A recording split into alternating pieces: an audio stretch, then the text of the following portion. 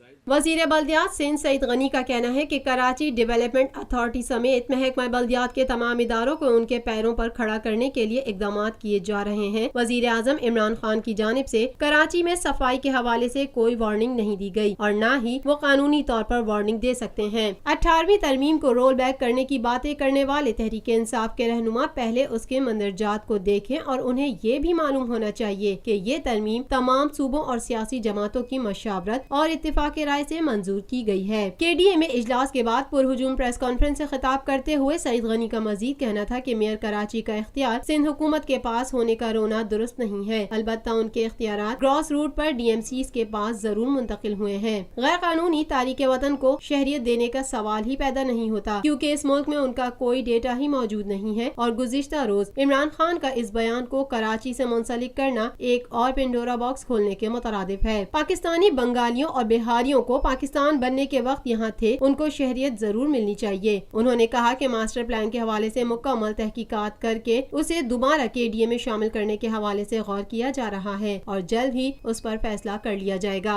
KDA को माली तौर पर मुस्तहकम करने के हवाले से आज मुकम्मल ब्रीफिंग ली है और जल्द ही गवर्निंग बॉडी का इजलास तलब करके मजीद मंसूबों की मंजूरी दी जाएगी और उनके दीगर मसाइल का हल निकाला जाएगा। Sindh building control authority, water board और आबाद के दरमियान NOC और नई तामीरात के हवाले से मसाइल को जल्द हल कर लिया जाएगा और इस सिलसिले में आज इन दोनों महकमों और आबाद के नुमाइंदों से मुफीद बातचीत हुई है और इंशाअल्लाह जल्द ही ये मसला भी हल कर लिया जाएगा। इजलास में इस बात पर इत्तेफाक किया गया कि आइंदा चंद रोज में ही इस हवाले से मुकम्मल कानून साजी करके अदालतों में तमाम मामलात को रखा जाएगा और कानून के मुताबिक तमाम मसाइल का हल करके कराची में तामीरात पर आयद पाबंदियों के खात्मे के लिए हिकमत अमली मुरतब की जाएगी। बाद अज़ां सूबाई वज़ीर बल्दियात ने KDA के दफ्तर में अपने वजीर का कलमदान संभालने के बाद पहली बार तफसीली ब्रीफिंग ली। इस मौके पर DG KDA समी सिद्दीकी और तमाम डिपार्टमेंट के डायरेक्टर्स ने सूबाई वजीर को मुकम्मल ब्रीफिंग दी और उन्हें दरपेश मसाइल, फंड्स और रेवेन्यू में होने वाली कमी के असबाब समेत KDA के तहत की जाने वाली कार्रवाइयों और इकदामात से आगाह किया।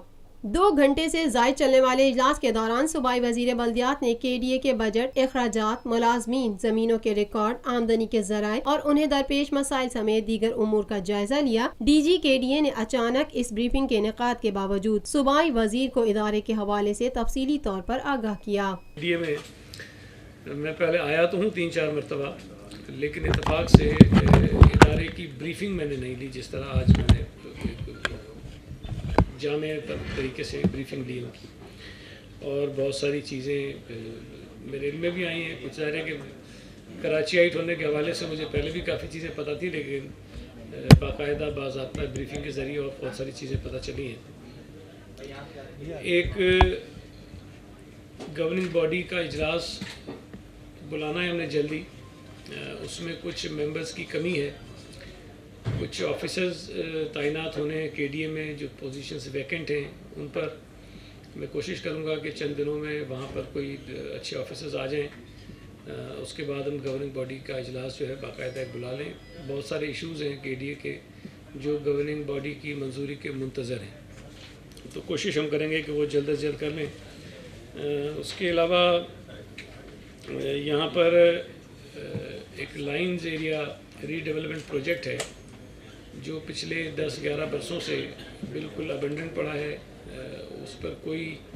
काम आगे नहीं बढ़ा। उसको वैसे भी मैं फॉलो करता रहा जब मैं मिनिस्टर नहीं था तब भी, लेकिन चूँकि ख़ुद मेरे दायरे में है तो मैंने उसको जल्द से जल्द एक्टिवेट करना है और वहाँ जो लोगों के इश्यूज़ हैं वो भी रिजॉल्व करने और वहाँ जो डेवलपमेंट के काम होने हैं, जो सड़कें बड़ी हैं कुछ मुख्तलिफ़ इलाकों को कनेक्ट करने के लिए, उसकी तामीर के लिए भी काम आगे बढ़ाना है। ट्रैफिक इंजीनियरिंग ब्यूरो यहाँ पर अच्छा एक काम करता रहा है माजी में, उसमें इतना इफ़ेक्टिव अब वो रहा नहीं है क्योंकि मुख्तलिफ महकमे इस पर काम कर रहे हैं, तो उसको मज़ीद फ़ाल बनाने के लिए कुछ और डिपार्टमेंट से मुझसे बात भी करनी है। लेकिन मैं समझता हूँ कि कराची में एक फ़ाल ट्रैफिक इंजीनियरिंग ब्यूरो की ज़रूरत है और वो एक ही जगह से चले तो ज़्यादा अच्छा है। उसमें मास ट्रांजिट अथॉरिटी वाले भी इसको देख रहे हैं, KMC में भी कुछ एक छोटा सा यूनिट बन गया है। यहाँ पुराना इस्टेब्लिश्ड एक ब्यूरो है, उसको मैंने कोशिश करना है कि वो ज़्यादा फ़ाल हो जाए और तेज़ी से काम करते हुए लोगों को नज़र भी आए। सबसे पहले बता देंगे कहाँ कौन कौन से, तो हम कोशिश कर लेंगे जहाँ कब्जे हो रहे हैं उसको तो रोकें पहले, دوسرا جو نئے قبرستان ہیں اس کے لیے شاید میں پہلے بتا چکا ہوں، ان کی پبلک ہاؤسنگ کا ایک محکمہ ہے، اس میں بھی پچھلے کئی برسوں سے جب سے کے ڈی اے سٹی گورنمنٹ کا حصہ بنا اس کے بعد سے کوئی کام انہوں نے نہیں کیا ہے. 4-5 منصوبے انہوں نے بنا کے رکھے ہیں. کوشش کریں گے کہ اس کو گورننگ باڈی سے منظور کرا کے اس کو بھی ہم لے کر آ جائیں فیلڈ میں، تاکہ کراچی کے لوگوں کو ایک تو یہ جو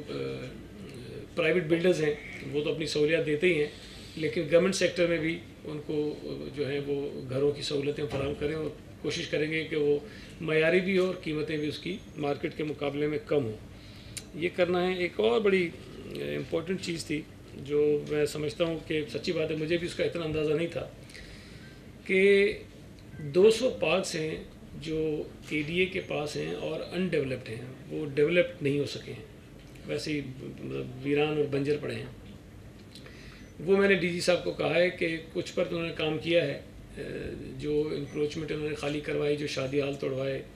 اس میں ظاہر گراؤنڈ بھی تھے اور اسکولوں کے اور دیگر ایمینٹی پلاٹس کی تھی زمینیں، وہ خالی ہوئی ہیں.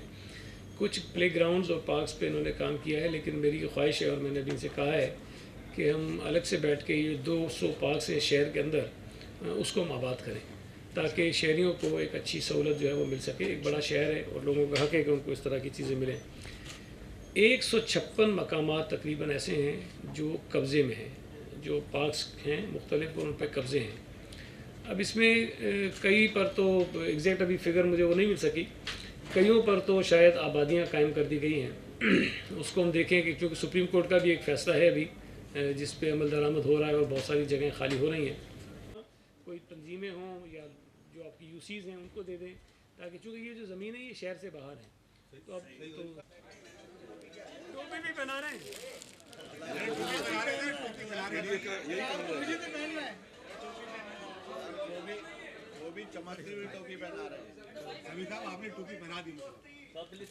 پاکستان میں پہلی مرتبہ حالات حاضرہ کے مختصر مگر جامع پروگرامز، خبروں، تبصروں کے علاوہ دیگر سماجی، تجارتی، ثقافتی، تفریحی، معلوماتی، مذہبی، تعلیمی،